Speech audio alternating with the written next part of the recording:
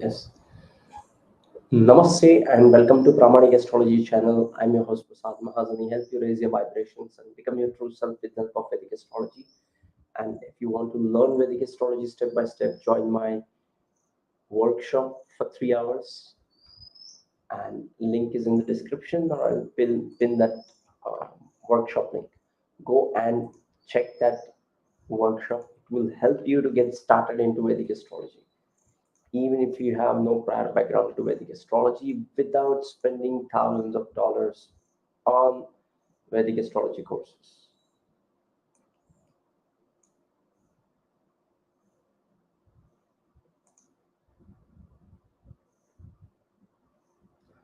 Okay, so let me just pin this comment. Yeah. Okay, are you able to hear me? Can you just confirm audio video is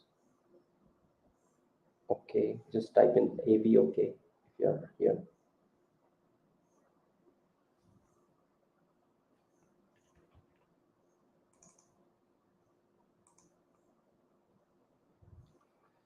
Yes, great.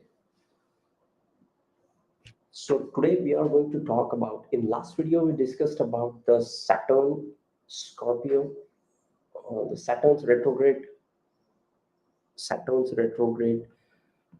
transit.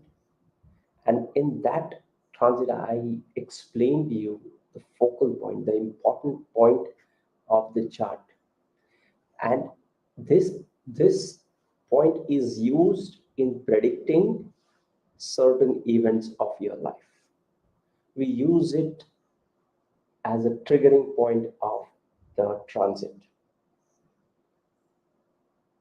Each transit is going through certain houses in your birth chart.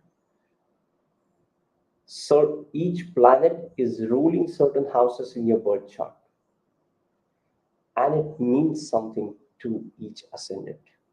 There is one more element to it, is the house ruled by that planet. And one more area to focus on is the planets placed into certain houses. For example, let's say we are talking about Aquarius ascendant. Okay, so for these people, the Saturn is going through the ascendant, and all these transits, Jupiter is going through the Taurus, and Rahu is going through the Pisces, and so on. So these people have a focal point of Scorpio in the 10th house. Let me just open that so that it would be easier for us. Let me just rotate this to share my screen.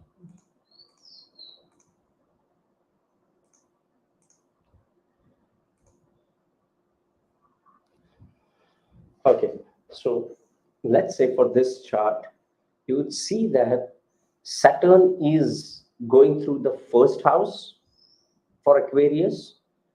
Rahu is transiting through the second house for the Aquarius, and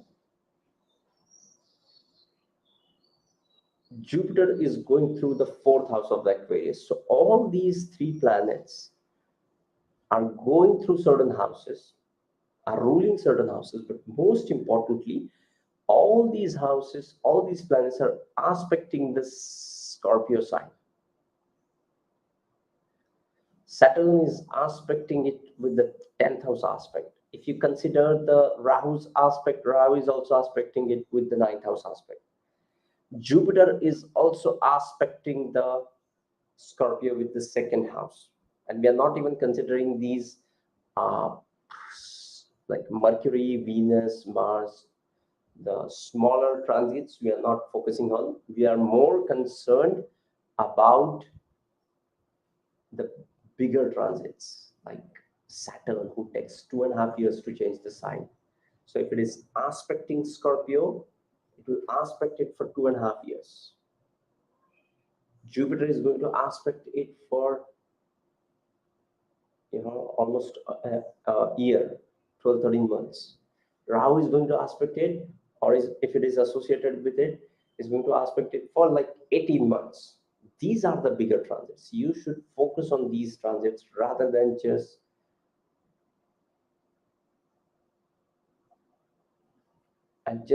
chart. Don't just look for moon's transit and even the smaller transits, because that creates a lot of noise and mostly they are not accurate. It doesn't mean you can't have the accurate prediction, but it's practically not possible because it takes 2.5 days to change it.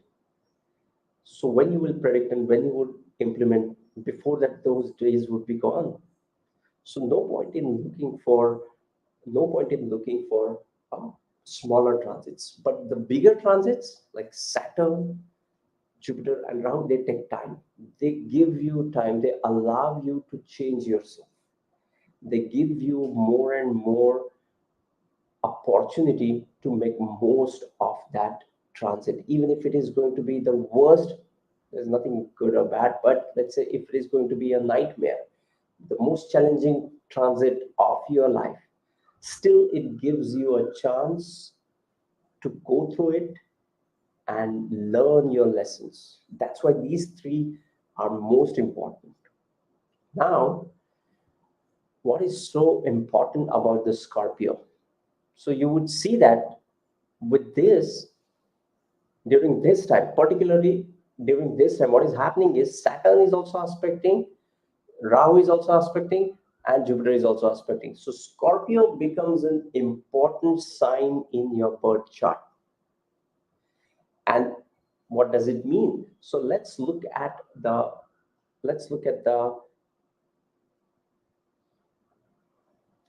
what Scorpio means. And this is important because this is going to help you interpret this transit better. This is going to help you to interpret what is happening in your chart. Let's do it. So Scorpio is a sign which is ruled by Mars. And more so, what is so important about this Scorpio? Let's look at this. Okay. So Scorpio is ruled by Mars, is a water element sign.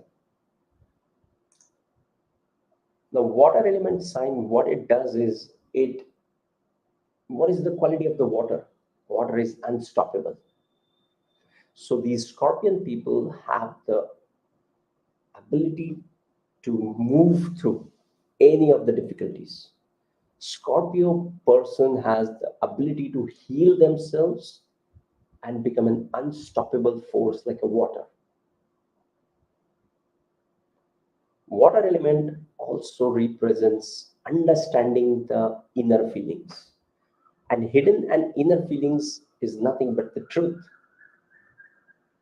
That's why the hidden things are divine. So are the evil things. So depending upon the quality of the Mars and the quality of the Scorpio, we'll talk about what this quality means, but depending upon the quality of Scorpion's quality of Mars, we will be able to heal ourselves better. We'll be able to overcome the difficulties better. More so, it also helps you to understand the hidden things. Tap into the divine secrets.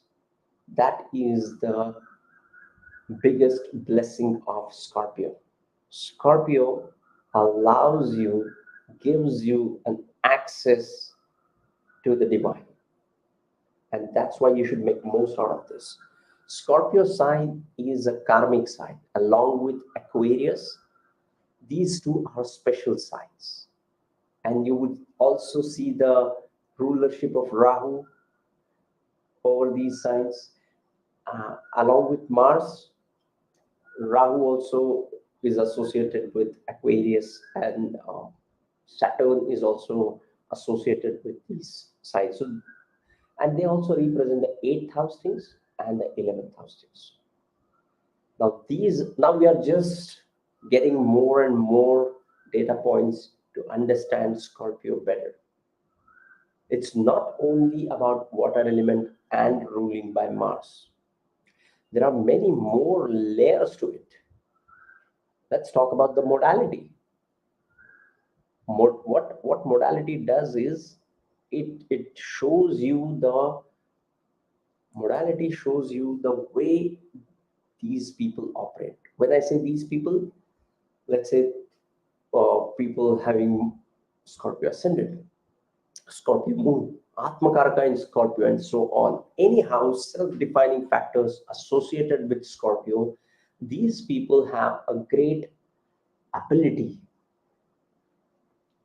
around these areas. One more important thing about this modality is, as the name suggests, the Scorpio is a fixed sign. 1, 4, 7, 10 are the cardinal signs. These are the signs which brings in change. We take birth into the first house, Aries, and we begin our life. Then we have a family in the second, which is a fixed sign, which acts as a support to this newly born individual. The third is again a social. The first time communication starts in the sign of Gemini, the third house. Again, the fourth house is the house of movement. From that communication, sibling to the mother. But at the same time, the fixed signs, you will see fixed signs are right after the cardinal sign. Taurus is a fixed sign, it is right after the Aries. The Leo is a fixed sign, which is next to the other Kendra house, the Cancer. Scorpio is again the fixed sign, which is next to the 7th house. And the next fixed sign is Aquarius, which is next to the 10th house or Capricorn sign. So these signs, the fixed element supports the Kendra. And when you have these support, it also, that's why it is called as a Dhana Sthan. Dhana is plus. Dhana is plus, Runa is minus. So when we have a date, when we have a loan, we call it date or Runa. And when we have surplus, we call it Dhana. And that's why one of the name of the god is Aruna, one without any Runa. Okay, but coming back to the Scorpio. So Scorpio has the ability, with the help of modality, it is called the fixed sign. Now, if you look at the organs associated with the Scorpio, Scorpio represents the hidden things. Scorpio is about secrecy, and that's why the Scorpio represents the private organs. We always hide those private organs, and because they are the most unsecure, we are insecure about them, and those are the areas which are delicate.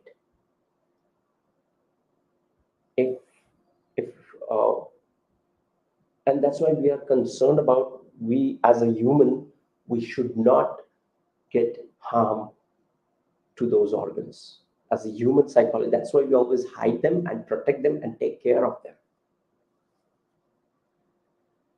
Okay, so these organs also represents the ability to express your inner feelings, to make love, to connect with some other individual, have sex with them, and express your inner feelings, your passion. And that's where the 8th house comes in. 8th house is associated with sex because it is next to the seventh house of marriage.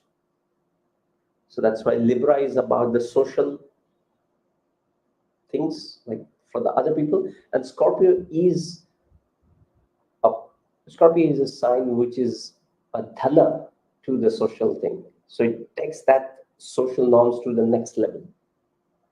But at the same time, it is about secrecy. Scorpions are not open-hearted. They like to hide things and be into their own shell. That doesn't mean they are bad. It's just the nature. And you would see more and more loyal people with the Scorpio. Why? Because it's a fixed sign. Leo and Scorpio are the people who would be always loyal. Leo, Scorpio, even Aquarius and Taurus, these four fixed signs make a very good partner, loyal partner. Now, coming back to the Scorpio, again, this male-female dynamic we talked about. Now, Rashis are also divided based on the night strong Rashis and the day strong Rashis. We discussed this in the Hora. Remember the beginning of the Hora, then we will divide them into the Sun's Hora and Moon's Hora. If you are not aware of it, or if you want to refer it, you can go and watch my D2 or the Hora video. It's more like a course wherein we will discuss about how to create that D2 chart and how to look for that D2 chart and so on.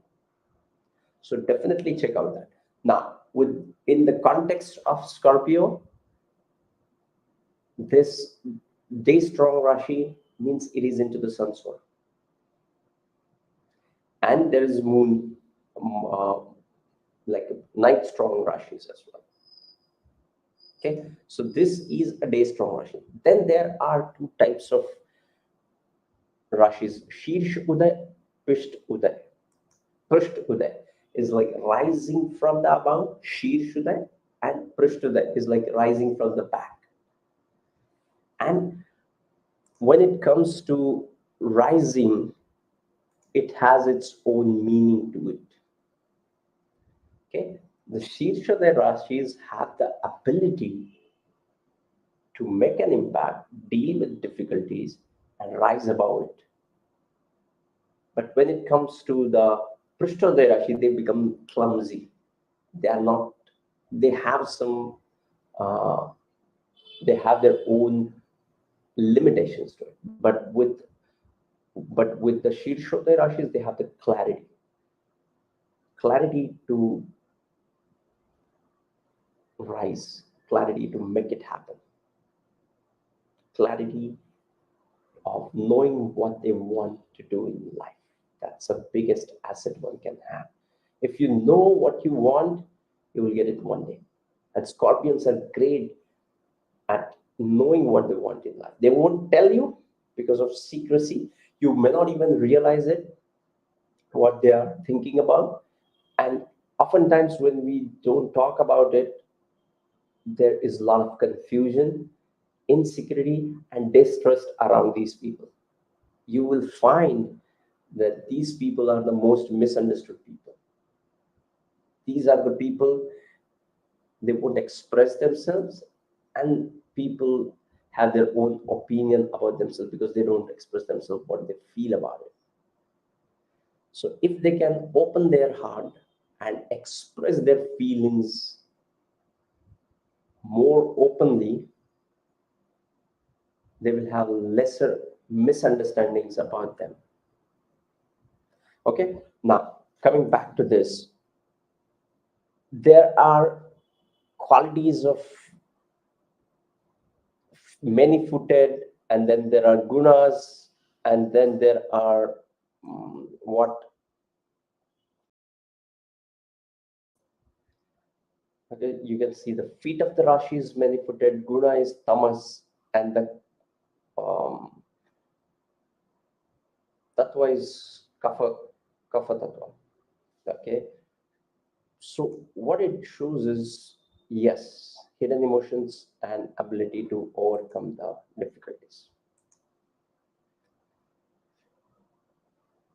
So what it does is it helps you to, by the way, all these things have its own meaning. What many footed means, there are certain rashis which are many footed, there are certain rashis single footed, and so on, and they are classified based on these criteria, and Scorpio is one of them, which is many footed.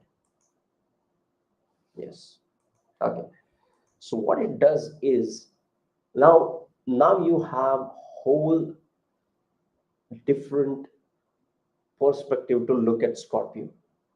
Scorpio is the most misunderstood and the most powerful sign in our birth chart, and it is highly karmic. If you have planets placed into the sign of Scorpio, it means there is some pending karma around that area of your life. Let's say you have Venus placed into the sign of Scorpio. So the planet of love comes into the house and Rashi of secrecy, right? But we'll talk about it. We have already made videos on that. So let's look at this chart, and let's say, if forget about what your birth chart is, even if you have an Aquarius ascendant, this is applicable to you. We have already discussed this in our previous video about this. So let's talk about this Scorpio. So what it does is, Scorpio, now you would realize, now you would understand why Scorpio has become so important for this double transit. I'm not considering Rahu, but you can also consider Rahu as well, because Saturn is also aspecting and Jupiter is also. So let's look at triple or double transit, and no matter what lagna, it will always aspect the Scorpio. So let's say you're Aquarius, so it is coming into your 10th house. So now your career is the most important thing. And the problem with the Scorpio is ready to sacrifice. The problem with the Scorpio and Aquarius as well is sacrifice. They're ready to sacrifice for the loved ones or the ones they're passionate about. Okay. And it helps you to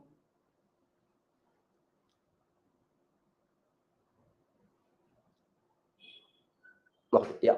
So this is how Scorpions, the transit helps you to get into the career thing. Work related issues might pop up during this, and your life focus would be on the 10th house. So if you are an Aquarius ascendant, something or the other will happen, and it will make you take care of your career. It will make you work. It will make you take some important decision around your area of work or change in profession and so on, because Scorpio can also lead to giving up. More than giving up, not giving up as in losing it, but sacrificing it for the greater cause. So it's like, you might leave your job to take care of your children. You might leave your job to take care of your parents. And Saturn and Jupiter will make you think about it. Saturn and Jupiter will make you take some important decision around it. Okay. Now let's take another example. Let's make this as Cancer ascendant.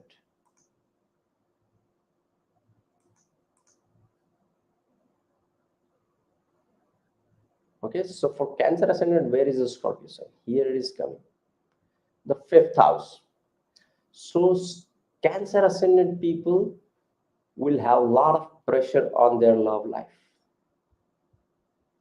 Okay, a lot of things would be happening in their love life and with their kids,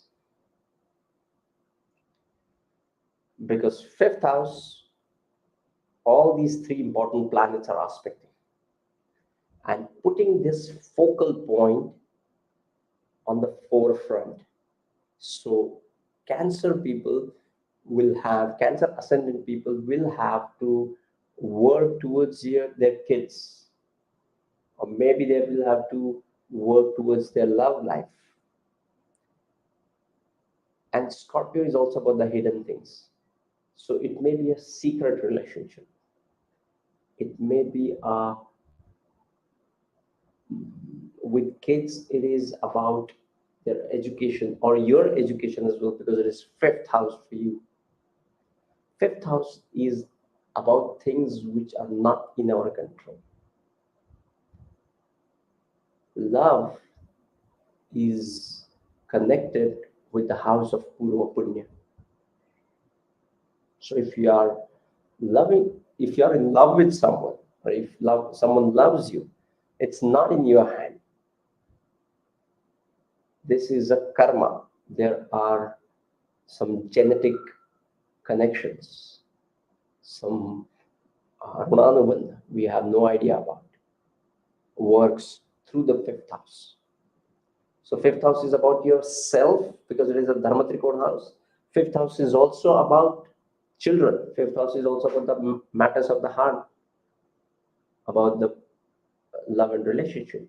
Relationship is more like a seventh, but fifth house is about your love. And it's seventh to the 11th and so on. So Scorpio makes it intense.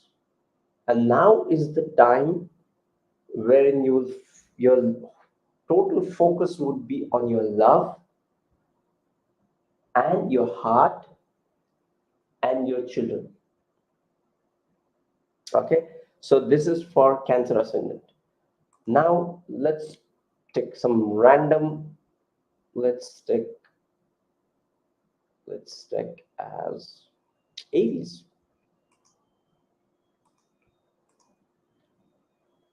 So for Aries, it's coming into the 8th house.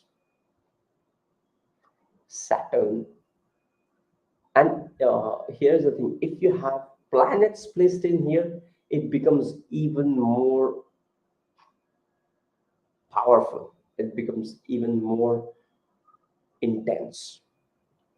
Okay. Now, if you have any questions, please tell me about it. Let's go through your questions.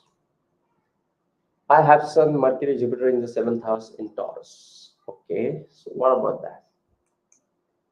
Yes, thank you. Please tell meaning of having 5 planets in there. We are going to cover that. Yes, definitely. Saturn and Rahu in the 1st house, Taurus and Mars and Venus and Ketu in Scorpio in 7th house, and Jupiter in the 3rd house. Amazing.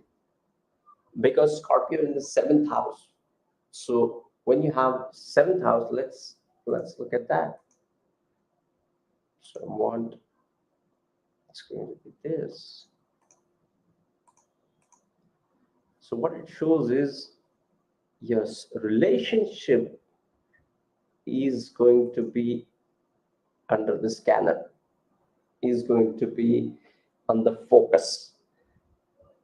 And more so, you have Saturn Rahu in the 1st house, where we have Jupiter going through, which is a very good placement or very good transit to have Jupiter going through your ascendant. And Mars, Venus and Ketu in Scorpio in the 7th house. Now see, you have 2 of the malefics, Mars and Ketu into the 7th house. So either you may not be interested into relationships. Please tell me if that is true for you. But socially you are praised a lot, like people like you socially. But when it comes to relationship, you are not interested into it, because Ketu is a planet of detachment. The planet of detachment comes into the house of attachment and long-term relationships. So it frustrates Ketu. The focus should be on the self. The moment you start improving yourself, the 7th house will improve. And this is the magic. If you want to improve any house, please try and work on the house which is exactly opposite to it. Like you want a good relationship, instead of working on the seventh house, focus on the self, work on your body, make a great physique, be in good shape, be in have a healthy body. And the moment you have a healthy body, people are going to appreciate it, and it allows you to have a appreciation from the opposite sex, because now they feel you are fit. Psychologically, human look for fitter partners, and that's what happens when you take care of your physical body. And when you take care of the first house, the seventh house improves. When you take care of the fifth house, it improves the 11th house. If you take care of the sixth house of diseases, it takes care of the 12th house of losses. If you take care of the sixth house of daily routine, it helps you with working on the distractions in the 12th house, and so on. Okay, so this is how we look at it. Insomnia blues. Please stop asking what means in your birth chart and book a reading. How is supposed to benefit from sharing all this knowledge for free? No, it's okay. If you are, you should get it. Okay, those who want to have a session with me, you can check out the link into the description. But those who don't want to spend, who are not interested into it, I don't discriminate between my free content and the paid content. In fact, my free content always compete with my paid content. Okay, so let's talk about it in detail. So what happens when you have Ketu in the seventh house in Scorpio? It makes you detach from the relationship, but at the same time you look for the validation from the other people, and that's the challenge with this. And this is how you have to work for all the houses. Now go to the Saturn retrograde video or Jupiter in Rohini video, and then look for the houses which we discussed into those videos, and then apply it in your chart and look for the exact scenario. What is happening in, where are all the planets are focusing in? And let's say Saturn is also aspecting, Jupiter is also aspecting, and Rahu is also aspecting. And let's say if you're going through the Mahadasha of Jupiter, and into that Jupiter Mahadasha, you're going through a Rahu Antradasha, or into the Rahu Mahadasha going through the Jupiter or Saturn Antradasha, or into the Saturn Mahadasha going through the Jupiter Antradasha, and so on. Any of these combinations, then this transit will become so important for your Scorpio house. Then you would, that's why you would oftentimes see people commenting, this video was good, but I could not relate to it. Why you could not relate to it?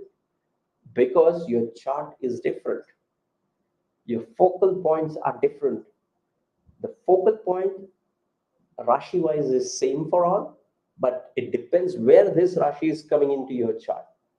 So that's how the events are triggered, through the transit versus dasha. So any of the dasha is coming in. So for example, for this chart, this person is having Ketu, Mars, Venus here into the Scorpio, and let's say if he is going through the Mahadasha of Mars and into that Antradasha of Saturn, or Jupiter and Saturn, and so on, then the relationship thing will become so prominent in his chart. He will have to work on the relationships. Even if he's busy with his job, even if he's busy with his business, no matter what, those challenges around the relationship will pop up.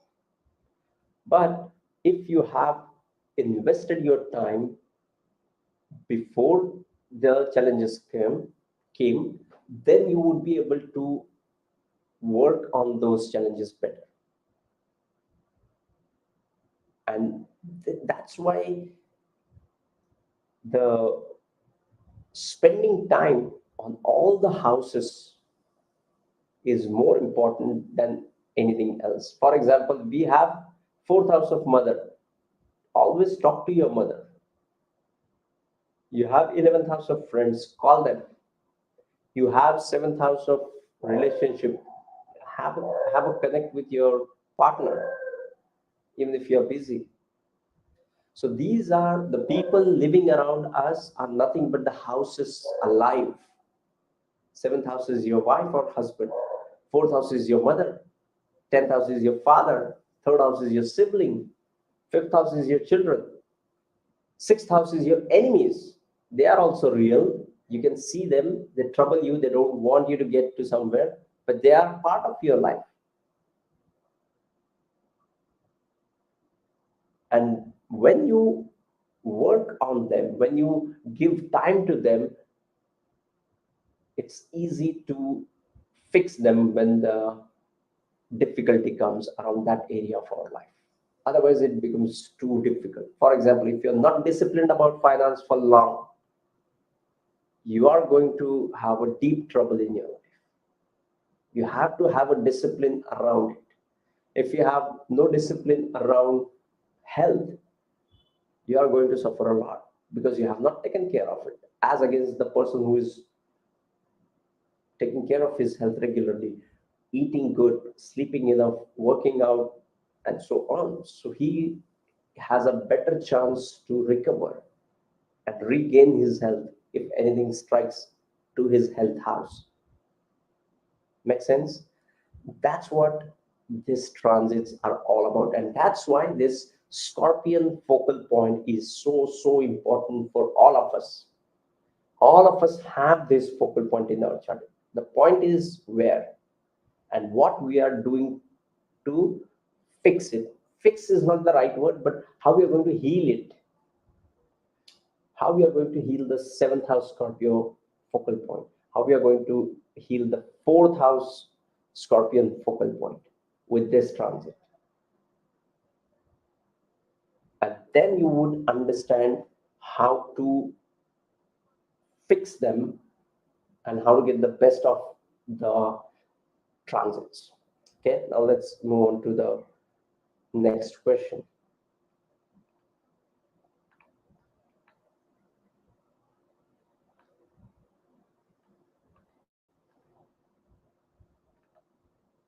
Okay, so how about if you have Malefic placed in Scorpio, does it differ from Benefic planets would be placed? Okay, we'll cover this. Okay, so it's a good question. Let's say if you have a Malefic place, we discussed that if you have a planets already placed into the sign of Scorpio, now there are a couple of rules around it. If Scorpio is in the Kendra and is having a Malefic, then it would give you good results because Malefic in Kendras does great. But let's say if you have Benefics in the Kendra, then you have to look for other confirmations as well. First confirmation is the lordship. Lordship of the planets based on the ascendant. How this planet is for particular ascendant. Temporal benefic, natural benefic, malefic, temporal malefic, and so on. This is how you can judge a house. This is how you can judge a planet and a transit. Okay, so yeah, benefics would do good as well, but you have to see the chart and lordships. Okay, so this is Anja, Natal Jupiter in Scorpio in the 2nd house. Natal Saturn in the 8th house in Taurus. Transiting Jupiter will be exactly conjunct natal Saturn on the next, exactly. Yeah, it's a good. So you have Scorpio in the 2nd house. Let's make this chart as Libra. So for this, you have Saturn. So you have natal Saturn in Scorpio, great, and natal Saturn on Jupiter. Okay, so this is an interesting combination. So what is happening is this person has Jupiter placed in here, and now Saturn is aspecting this, and she has Saturn placed in here where Jupiter is aspecting it. So first thing you have to see is the lordship of the Saturn is ruling 4th and the 5th house, is very good for this Lagna, and is going through the Jupiter is going over it through the 8th house. So what it shows is, it shows that you will have some knowledge, some secret knowledge, and you will have to work for it. It would be worth. You would be involved with the projects with respect to some secrets, the secret knowledge. Also, it has some these superimposing and synchronicities have some deeper meanings to it, because Saturn is transiting Saturn is transiting through the 2nd house.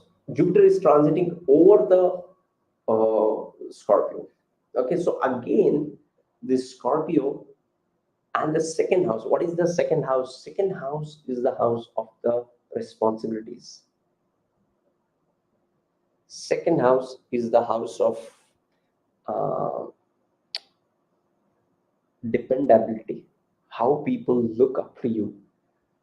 When you feed more people, when more and more people are depend on you, that's when you have some karma around the 2nd house, or more and more planets in the 2nd house. First place. Okay, so yes.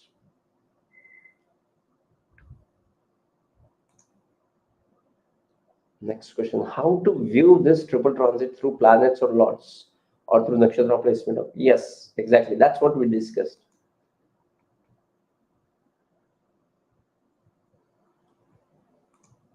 Moon Scorpio in 12th. Yes. So let's make that Moon Scorpio in 12th. Right. So yeah, so 12th house becomes important for you. Paro. Okay, next question. Sorry if the question isn't worded properly, but how does a Scorpio Lagna function if the 4th lord is debilitated in the 9th house? Jupiter is on the ascendant. Excellent. It works great. Why?